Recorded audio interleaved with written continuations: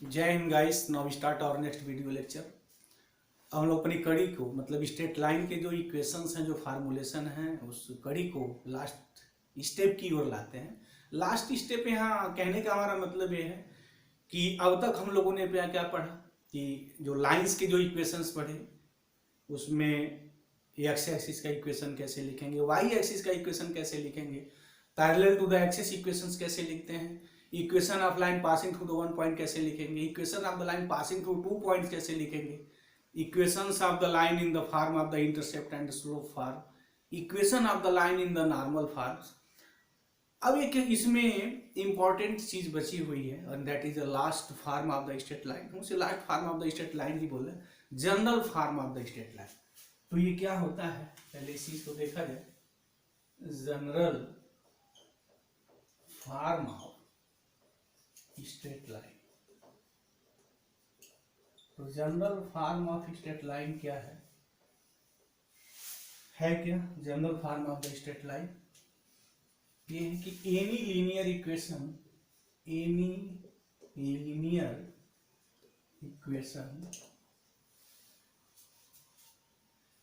Equation कैसा हो, any linear equation ax plus by plus c is equal to 0 always represents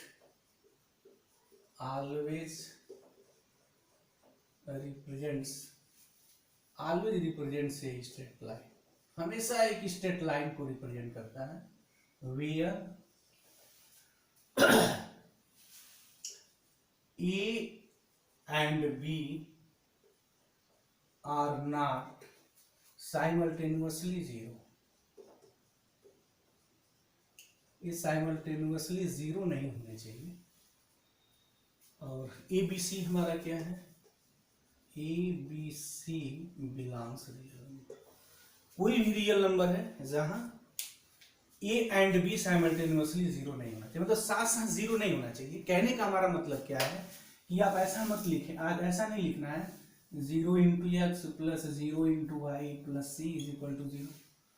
तो zero में अगर रियल नंबर से मल्टीप्लाई करेंगे 0 वाई बी नहीं वो पाथ ही है, तो पाथ है मतलब रियल नंबर का है, कोई कॉम्प्लेक्स नंबर का पाथ कभी डिफाइन हो नहीं रहा। That is 0 plus c 0। This is finally c is equal to 0 and c is equal to 0। That is nothing here, this is the single value, this is not a path. Path तो तभी होगा जब relation between x and y की बात होगी ना, या that is a constant and this is equal to 0। तो यहां जो साइमल्टेनियसली जो जीरो लिखने का जो कांसेप्ट है वो यही है। मीनिंग है कि हम a इज इक्वल टू 0 ले सकते हैं। तो अगर मैं a 0 यहां पुट कर दूं तो क्या होगा, by plus C is equal to 0। This implies y is equal to minus C by b. अब ये क्या है, y is equal to some constant, real number a भी real number, that is some constant, that is this is some constant. और y is equal to अगर कोई constant है, this is always represent a straight line. और y अगर constant है तो सबको पता है कि इसका हमारा कंस्ट्रक्शन कैसे होगा। y कांस्टेंट होने की मीनिंग हमारी है this is the parallel to the axis of x, meaning this is the parallel to the axis of x। Similarly अगर मैं यहाँ एक बात हो गई, a 0 लेना है तो b not is equal to 0 होगा। वैसे भी 0 से तो डिविजिबिलिटी डिफाइंड भी नहीं है। अगर मैं b 0 ले लूं तो a not is equal to 0 लिख लेना पड़ेगा, क्योंकि साइमल्टेनियसली जीरो का कांसेप्ट यही है। तो फिर क्या होगा, अगर a 0 नहीं है तो ax plus c 0, this implied x is equal to minus C by a. Again this is a line and x is equal to constant, this is a line parallel to the axis of y here. अच्छा c अगर 0 ले लेंगे तो वो itself हमारा हो जाएगा, itself this is the y axis. तो ये तो बात हो गई मेरी जो फोर जो इक्वेशंस ऑफ द जो लाइन है x एक्सिस की, y एक्सिस की, parallel to the x axis, parallel to the y axis, हमने देखा ये रिप्रेजेंट करता है। उसके बाद अगर हम लोग इसका इंटरसेप्ट और स्लोप फॉर्म की बात करें तो इस लाइन को मैं ऐसे भी लिख सकता हूं, by is equal to minus a x minus C. This implies dividing on b। अच्छा b से हम डिवाइड तभी करते हैं जब ये 0 ना हो, तो ऑलरेडी यहां मेंशन इसलिए मेंशन है तो साइमल्टेनियसली 0 नहीं है। तो दिस इंप्लाइज y की वैल्यू यहां से निकाल दीजिए, minus A by B into x plus minus C, मैं ऐसे लिख सकता हूं। अच्छा स्लोप इंटरसेप्ट फॉर्म का, यानी स्लोप फॉर्म का जो लाइन का इक्वेशन है वो हमें पता है y is equal to mx plus C होता है। अब कंपेरिजन कर लीजिए, तो यम इज इक्वल टू जो है जो स्लोप है वो माइनस ए बाई बी है, और जो सी की वैल्यू है this is your minus C. This जो स्लोप है वो माइनस ए बाई, मीनिंग में क्या हुई कि ये जो लाइन है this line converted into what in the slope form, और उस स्लोप फॉर्म में जो उसका स्लोप है माइनस ए बाई बी है, और जो इंटरसेप्ट पार्ट है दिस इज योर माइनस सी।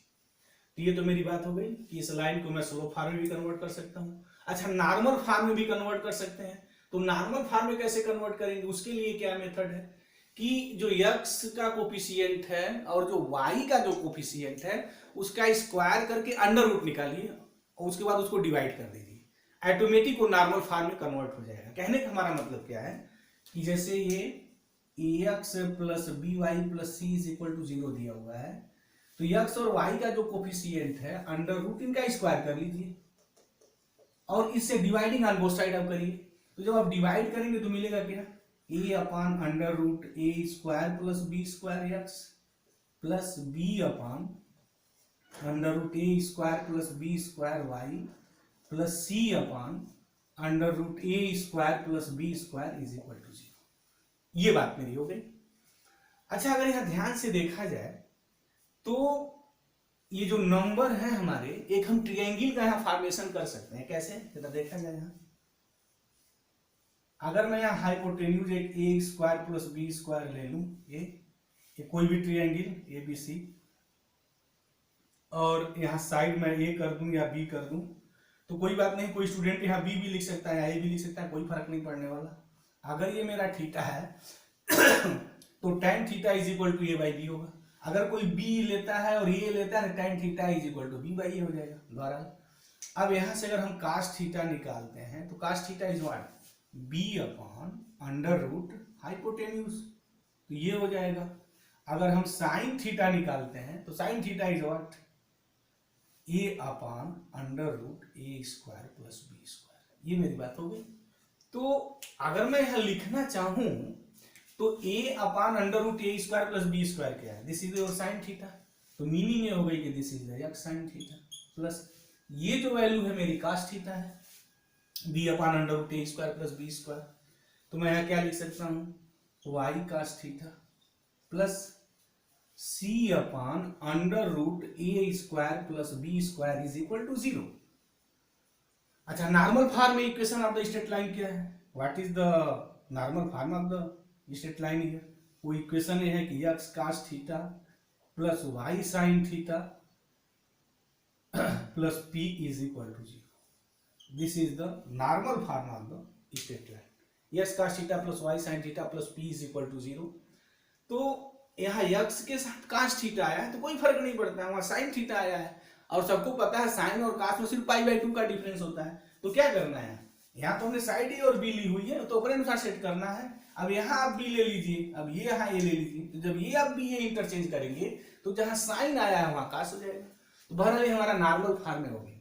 तो नॉर्मल फॉर्म निकालेंगे कैसे, जब भी इक्वेशंस किसी भी स्ट्रेट लाइन कर दिया हो तो उसको आप जनरल फॉर्म में बनाइए, और जनरल फॉर्म में बनाने के बाद x और y के जो कोफिशिएंट्स हैं उनका स्क्वायर करके सम करिए, उसके बाद अंडर रूट ले लीजिए, उसको डिवाइड कर दीजिए। तो हमेशा ये और ये जो पार्ट बनेंगे, अगर ये साइन बना तो ये cos बनेगा, अगर ये साइन बन गया तो ये cos बनेगा। तो this is the concept about the general lines converted into normal. अब इसके बाद आता है कि हम लोग इंटरसेप्ट पार्ट में कैसे निकालेंगे, तो उसको भी हम लोग बड़े इजीली टैकल कर सकते हैं। देखा जाए कैसे निकालते हैं। How can you find the equation of line in the normal form when general form of the straight line is given as, और how can you convert general equation of the line into intercept form. तो general फॉर्म मेरा ये है, ax plus B Y plus C is equal to 0। This मुझे intercept form में लाना है, तो कैसे लाएंगे भाई, ये है हमारा x by A plus y by B is equal to 1, ये होना चाहिए, मतलब यहाँ 1 होना चाहिए राइट हैंड साइड में। तो मुझे 1 करना है, तो चलते हैं ax plus B Y is equal to minus this. अब यहाँ क्या करें, माइनस सी से डिवाइड कर दें, राइट। अच्छा, एक बात यहाँ ध्यान देना है, हम इंटरसेप्ट फॉर्म में तभी लिख पाएंगे अगर c 0 हो जाए। तो बहुत पहले हमने एक बात कहा था, अगर c 0 हो गया या अब इस समय लिसनर ध्यान से इस चीज को सुन लें, if c is equal to 0 तो मीनिंग ये होगी कि line passing through the origin, वो जो भी लाइन होगी ना ओरिजिन से पास करेगी। अगर general equation of the straight line में कांस्टेंट टर्म नहीं है तो this equations always represent a straight line which passes through the origin. तो ax plus B Y is equal to minus C, अब minus सी से divide कर दें तो ये हो जाएगा minus A by c x plus minus b by c y is equal to 1 हो गया। अच्छा एक्स बाई ये लिखना है तो फिर तो एक मैथमेटिक का कौतूहल है यहाँ, ये जादूगरी वाली बात, एक्स इज इक्वल टू तिक्रमबाजी क्या करेंगे भाई, माइनस ए बाई सी को मैं कैसे लिख सकता हूँ, मैं ऐसे लिख सकता हूँ minus C by A plus Y upon यहाँ हो जाएगा minus C by B is equal to 1। अच्छा अब एक्स एक्सिस में जो इंटरसेप्ट पार्ट है वो this is the A here, क्या मैं कैपिटल ए लिख लूँ, ऐसा लिख लूँ ये, तो कैपिटल ए मतलब एक्स एक्सिस में जो पार्ट है माइनस सी बाई ए है, और वाई एक्सिस में जो पार्ट है इंटरसेप्ट जो पार्ट है, इंटरसेप्ट जो है वो माइनस सी बाई बी है। Hence this equations of the straight line in the form of the intercept, और this is the intercept form of the equation of the straight line. तो कहने का हमारा मतलब क्या होगा कि अगर general lines of the equations दिया हुआ है तो उसको हम किसी भी फॉर्म में कन्वर्ट कर सकते हैं। अब एक आध थोड़ा इस पे क्वेश्चंस ले लिया जाए ताकि लिसनर्स को और समझने में आसानी हो जाए, ताकि जो बिगिनर स्टूडेंट्स हैं वो कायदे से उसको समझ सकें और हर चीज में कन्वर्ट कर सकें। जैसे हम एक general equation of the line ले रहे हैं, taking general equation of the line and convert in the different forms, और जो उसके जितने फॉर्म हो सकते हैं उसमें हम उसको कन्वर्ट कर रहे हैं। तो देखते हैं कैसे कन्वर्ट किया जाएगा, how can you convert this line. देखिए जैसे हमने एक लाइन ले लिया 2x plus 3y minus 2 is equal to 0, this, तो this is the linear equation. Linear equations का मतलब होता है कि x और y में जो पावर है वो 1 होना चाहिए, वो जो आप इक्वेशन से लिखें तो उसको हम लोग लीनियर इक्वेशन कहते हैं। और जो जनरल फॉर्म होता है लीनियर इक्वेशंस का वो यही होता है ax प्लस by प्लस some constant is equal to 0, this is the linear equation in variable x and y and every linear equations always represent a straight line. ठीक, तो definitely this is the linear equation in x and y and every linear equations always represent a straight line. तो अब ये मेरा straight line represent करेगा। हम सबसे पहले इसको स्लोप फॉर्म में लिखने जा रहे हैं। स्लोप फॉर्म का मतलब ये कि y is equal to m x plus c form में लिखेंगे, तो फिर लिख दीजिए, अब तो आसान हो जाएगा ना भाई, y की वैल्यू निकाल देना है, सबको राइट हैंड साइड में जाइए, y वाले टर्म इधर रखिए, तो 3y is equal to what 2 माइनस 2x, y का कोफिशिएंट 1 रखना है तो मजबूरी है 3 से डिवाइड करना पड़ेगा, तो अभी डिवाइड कर दीजिए, ये हो गया 2/3 माइनस 2/3 x, थोड़ा वैसे कायदे से लिखते हैं माइनस 2/3x प्लस 2/3। अब कंपेयरिंग करिए, comparing this equations with this equation, तो x का जो कोफिशिएंट होता है ये जो फॉर्म में लिखा गया है, जब भी आप लाइन का इक्वेशन इस फॉर्म में लिखेंगे तो always keep in mind here x का जो कोफिशिएंट होगा always represent the slope of that straight line, और वहां जो कांस्टेंट टर्म जो आएंगे वो y एक्सिस पे जो इंटरसेप्ट पार्ट है वो है। और हमने अपने लेक्चर थ्योरी के दौरान ये बात की थी कि अगर c प्लस आता है तो ओरिजिन से राइट होगा, ऊपर होगा, और c अगर निगेटिव आता है तो ओरिजिन के वो निगेटिव होगा। तो फैसला यहाँ कर लीजिए यहाँ से, तो m की क्या वैल्यू आ गई, m इज इक्वल टू आ गया minus 2/3 and c is equal to 2/3। अच्छा अगर इसके हम रफ स्केच आइडिया की बात करें, अगर इसकी जियोमेट्री की बात करें, इसका शेप कैसा होगा, तो कोऑर्डिनेट ज्योमेट्री का घर ये बन गया। अब बनाइए, यहाँ m निगेटिव आया है, तो m निगेटिव आने का क्या मतलब होता है, पहले ही बताया, डिस्कस किए हैं, जब भी स्लोप किसी भी स्ट्रेट लाइन का निगेटिव आएगा ना तो वो सेकेंड क्वाड्रेंट में रहेगा ऑलरेडी, उसको यहाँ आना ही आना है। अब वो फैसला ये करेगा दूसरा नेक्स्ट, अच्छा वो लाइन यहाँ भी हो सकती है, जैसे सेकेंड में आना ही आना है तो पार्ट कहाँ हो सकता है, यहाँ भी जा सकता है, यहाँ भी जा सकता है, यहाँ भी जा सकता है, लेकिन अब ये फैसला ये करेगा ना कि बाकी तीनों कट कर देगा। c जो है मेरा 2/3 है और ये पॉजिटिव दिया हुआ है, तो पॉजिटिव होने का मतलब ये हो गया कि वो स्ट्रेट लाइन यहाँ पे दिस किसी एक पॉइंट पे जो यहाँ 2/3 है, दिस डिस्टेंस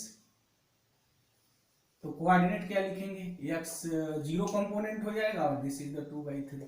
अब इससे वो लाइन पास करेगी, राइट, और उसका स्लोप निगेटिव होगा। तो स्लोप निगेटिव होने का मतलब कैसी होगी, ऐसी होगी, रफ स्केच आइडिया दिस, और ये जो स्लोप होगा दिस m = tan थीटा, और ये 90 डिग्री से ज्यादा होगा, यहाँ है मेरी स्ट्रेट लाइन दिस। तो कहने का हमारा मतलब है, एक तरीका और भी सोचने का है, जैसे m = -2/3 है, तो जब भी स्ट्रेट लाइन बनेगी वो माइनस के लिए वो ऐसे ही बनेगी, क्योंकि जब भी स्ट्रेट लाइन आप ऐसे बनाएंगे इस टाइप का या इस टाइप का, तो इसके लिए जो स्लोप होगा ना वो 90 डिग्री से कम हो जाएगा, तो पॉजिटिव हो जाएगा। लेकिन जब भी निगेटिव होगा तो हमेशा उसका शेप ऐसा बनता है, ये भी एक ध्यान में रखने वाली चीज है। बहरहाल अगर वो नहीं भी ध्यान में है तो m = निगेटिव होने का मतलब वो जो भी स्ट्रेट लाइन होगी x डायरेक्शन के जो पॉजिटिव जो डायरेक्शन है हमारा, मतलब एंटी क्लॉकवाइज का, वो 90 डिग्री से ज्यादा होगा। तो ये लाइन मेरी जनरल फॉर्म में दी थी and this converted into what, slope form. अच्छा, अगर इसका मुझे इंटरसेप्ट फॉर्म लिखना है तो कैसे लिखेंगे, उसको भी देख लिया जाए। हाउ कैन यू फाइंड, इसी लाइन को मैं लिखने जा रहा हूँ, एक दूसरे रूप में लिखेंगे, बट उसकी आत्मा तो वही है, आत्मा वही रहनी, वो तो चेंज नहीं होनी है ना, आत्मा यही है, बस इसके रूप बदल रहे हैं। ओ माउस जो फेस मास्क लगा रहे हैं अलग अलग। तो चलिए अब क्या करेंगे, हम इस फॉर्म को लाना चाह रहे हैं, तो क्या है, जो कांस्टेंट टर्म उसको राइट हैंड साइड ले जाइए, चलिए लेते जाइए। तो 2x + 3y = 2। अब क्या करना है, 2 से डिवाइड कर दीजिए, dividing by 2 on both side, क्योंकि यहाँ 1 करना है। तो ये 2x/2 + 3y/2 = 1। तो x + 3/2 y = 1। तो इसको हम x + 1 लिख सकते हैं, प्लस y अपान ये मेरा 2/3 हो जाएगा = 1। ऐसा हो गया। तो फिर x पे मेरा जो इंटरसेप्ट पार्ट होगा कितना होगा, a1 होगा, और b पे जो वैल्यू मेरी होगी 2/3। ओहो, देखिए यहाँ b this is the positive, और पॉजिटिव का मतलब क्या है कि ओरिजिन से ऊपर y एक्सिस पे इतने डिस्टेंस पे हमारी लाइन उस पॉइंट को y एक्सिस को इंटरसेक्ट करेगी। तो यहाँ ऑलरेडी है, देखिए ना दिस, ये फैसला नहीं हो पाया था, मतलब स्लोप में तो फिर मैं एंगल नाप के लिखूंगा, बट इंटरसेप्ट फॉर्म में वो पटरी प्रकार का वो कौन रखे कौन खींचे वहां। अगर बिल्कुल परफेक्ट आइडिया लाइन की आपको खींचनी है तो हमने इसके पहले के लेक्चर्स में क्या कहा था कि आप हमेशा इंटरसेप्ट फॉर्म में लाइन का इक्वेशन लिखें। जब हम आईटीसी के क्वेश्चन जब सॉल्व करेंगे और बहुत टेक्निकल क्वेश्चंस को जब मैं पिकअप करूंगा कोऑर्डिनेट ज्योमेट्री को, तो मैं यहाँ जो मैं भी यहाँ कह रहा हूँ अपनी बात कि जो intercept form that is very important role play to analysis the typical questions of the coordinate geometry. तो हमेशा वो इस फॉर्म में लिखें। देखें अभी यही में फैसला हो गया कि यहाँ पे कंफ्यूजन था बनाना, बट लाइन कहाँ से पास करेगी, एक्स एक्सिस में कहाँ कट करूंगा, इससे तो जवाब नहीं मिल पाता। लेकिन बट यहाँ जवाब मिल गया, ए पे 1 होगा, एक्स एक्सिस पे 1 डिस्टेंस, तो 1 डिस्टेंस का मतलब यहाँ से कोई डिस्टेंस 1 आप मेजरमेंट कर लीजिए। अब 2/3 का मतलब वो 1 से कम होगा। अगर ये इतना है तो इसकी वैल्यू जो ये जैसे ये हो गया मेरा 1, तभी उंगली में यहाँ घुमा दूं ना, यहाँ आ गया, तो ठीक है, तो 2/3 1 से कम होगा कहीं यस। तो this is the complete knowledge of this line, हम उसको इजीली जो है ड्रा कर सकते हैं। अब अगर हमें इसका नॉर्मल फॉर्म देखना है, how can you find the normal form of this straight line, तो फिर क्या करना है, अभी हमने डिस्कस किया था कि x का जो कोफिशिएंट है, मतलब ये जो general form of the line है हमारा दिस, इसमें कुछ नहीं करना है। x का जो कोफिशिएंट है उसका स्क्वायर हो गया, y का कोफिशिएंट जो b है उसका स्क्वायर, इसका अंडर रूट कर दीजिए और इसे डिवाइड करिए दोनों साइड में, ऑटोमेटिक वो साइन का अपने अनुसार जो है चेंज हो जाएगा। तो देखा जाए हम कैसे उस चीज को ले रहे हैं। ये नॉर्मल फॉर्म ही बड़ा इंपॉर्टेंट है, कुछ क्वेश्चन जब हम पिकअप करेंगे तो वहां दिखाएंगे कि नॉर्मल फॉर्म किस जो है सुलझे रहस्यों को मैथमेटिक्स की दुनिया में खोलता है, उसका भी बड़ा इंपॉर्टेंट रोल प्ले होता है। और आईटीसी वाले जो क्वेश्चन है ना, कभी कभी उस पर भी बड़े अच्छे ढंग से ट्विस्ट करते हैं, तो वहाँ उसकी जो ट्विस्टिंग होगी तो वहाँ भी आनंद आएगा जब हम लोग उस टाइप क्वेश्चन को पिकअप करेंगे। अभी तो बिगिनर स्टूडेंट के लिए थोड़ी बातें हो जाए, एक सतह से सारी चीजें क्लियर हो जाए, क्योंकि जब डीप स्टडी करना है तो वो भी सब क्लियर होना चाहिए, मस्ट है। तो चलिए क्या है, ए की जगह 2 है, बी की जगह 3 है, तो √2² + 3², ये वैल्यू कितनी आएगी, ये हो गया 4 + 9, दिस इज द √13। अब इससे डिवाइड कर दीजिए, डिवाइडिंग बाय √13, तो ये हो जाएगा 2/√13 x प्लस 3/√13 y minus 2/√13 is equal to this is the zero. This is the zero. अच्छा अब क्या होगा यहाँ, अब यहाँ साइन कास मुझे लिखना होगा, तो x हमारा फार्मूला है वो ये x cos theta plus y sine theta plus p is equal to 0 और p is equal to plus minus is equal to p। तो मेरी बात हो जाएगी सिंपली कि वो p की जो वैल्यू आ रही है किधर से आ रही है वो यही से क्लियर हो जाएगा, उसको हम लोग देख लेते हैं। ये मेरी वैल्यू हो गई। अब यहाँ मेन है कि ट्रायंगल का फॉर्मेशन हम लोग कैसे करेंगे। अगर मैं इसको कास चाहता हूं तो क्या करूंगा, चलिए यहाँ जो अंडर रूट से जो आप डिवाइड करते हैं हमेशा वो ट्रायंगल जो आप राइट एंगल ट्रायंगल बनेगी, हमेशा लिसनर इस चीज को ध्यान दें कि ये जो अंडर रूट आएगा जो भी वैल्यू आएगी √a² प्लस b² वो हमेशा जो आप ट्रायंगल एबीसी हम नाम ही फिक्स कर दे रहे हैं, एबीसी बार बार बनाते रहेंगे तो हाइपोटेन्यूज हमेशा होता है। अब यार तो ऊपर डिपेंड करता है, अगर मैं 2 यहाँ ले लूंगा, ये एंगल चलिए थीटा हो गई, तो अगर मैं 2 ले लूंगा तो कास थीटा 2/13 हो जाएगा, तो जो यहाँ है तो फिर यहाँ 2 ले लीजिए, अब मैं इसको यहाँ 3 ले लूँ तो कास थीटा क्या हो जाएगा 2/√13 हो जाएगा और साइन थीटा क्या हो जाएगा 3/√13 हो जाएगा। जस्ट उसी जैसा हो जाएगा। तो यहाँ वैल्यू क्या लिखेंगे x cos theta plus what y sine theta is equal to p। this is the equations of the straight line in the normal form। Plus नहीं लिखते इज इक्वल टू p, वो प्लस माइनस का लफड़ा नहीं है। जैसे हम उसको उधर ले जाना पड़ेगा तो क्या आएगा भाई 2x/√13 plus 3y/√13 is equal to 2/√13। Meaning क्या हो गई कि कास थीटा की जो वैल्यू है हमारी यहाँ वो 2/√13 है, साइन थीटा की वैल्यू 3/13 है और ये थीटा होता क्या है, थीटा मेरा ये होता है कि मैं जो परपेंडिकुलर यहाँ ड्रा करता हूँ this angle is known as theta. या जनरली मैंने वहाँ अल्फा लिया है तो चलिए हम वही बात लिख दें, बट ये थीटा अल्फा की चक्कर में नहीं पढ़ना चाहिए, ये बिगिनर स्टूडेंट को प्रॉब्लम हो सकती है। तो चलिए भाई यहाँ अल्फा ही तो करना है, ये अल्फा हो गया, नहीं वो थीटा कहीं स्लोप के चक्कर में ना पड़ जाए बिगिनर स्टूडेंट तो भाई बड़ी छोटी छोटी चीज़ों से भी प्रॉब्लम हो जाएगी। तो फिर ये x का अल्फा कर दिया जाए और ये अल्फा हो गया दिस, ठीक है। तो p की वैल्यू कितनी हो जाएगी, p perpendicular length p is equal to 2/√13 हो जाएगा, ये हो जाएगा दिस। तो मुझे उम्मीद है कि ये जो डिस्कस चल रहा था कि जो स्ट्रेट लाइन है हमारा what is the general equation of the straight line और उस general equations of the straight line को हम कितने डिफरेंट फॉर्म में लिख सकते हैं, क्या क्या मेरे होंगे, कैसे निकालेंगे। तो वहाँ एक कंप्लीट नॉलेज होगा कि अगर any equation given in the general form of the straight line तो how can you find in different form of the straight line. तो ये जो लाइन है उसको हमने दिखाया कि डिफरेंट फॉर्म में हम लोग कैसे लिख सकते हैं। लेकिन जब हम लोग क्वेश्चंस लगाएंगे तो सबसे ज्यादा जो हम बात यहाँ करेंगे वो इस फॉर्म के लाइन को x/a plus y/b is equal to, क्योंकि ये और भी खुद ही फैसला कर देगा कि वो लाइन कहाँ है, उस लाइन को मुझे कैसे बनाना है, वहाँ कोई प्रॉब्लम नहीं होगी, देयर इज नो प्रॉब्लम। तो इस बात को ध्यान देना है कि जब हम एक रफ स्केच आइडिया या लाइन की जब हम ट्रेसिंग की बात करेंगे, जब लाइन बनाएंगे तो ऑलवेज यूज इंटरसेप्ट फॉर्म। तो मुझे उम्मीद है I think this topic is the clear. अब इसके बाद हम लोग नेक्स्ट टॉपिक में आगे डिस्कस करेंगे, कुछ आप क्वेश्चंस उठाएंगे अपने डिफरेंट टाइप्स के। तो thank you very much guys, जय हिंद।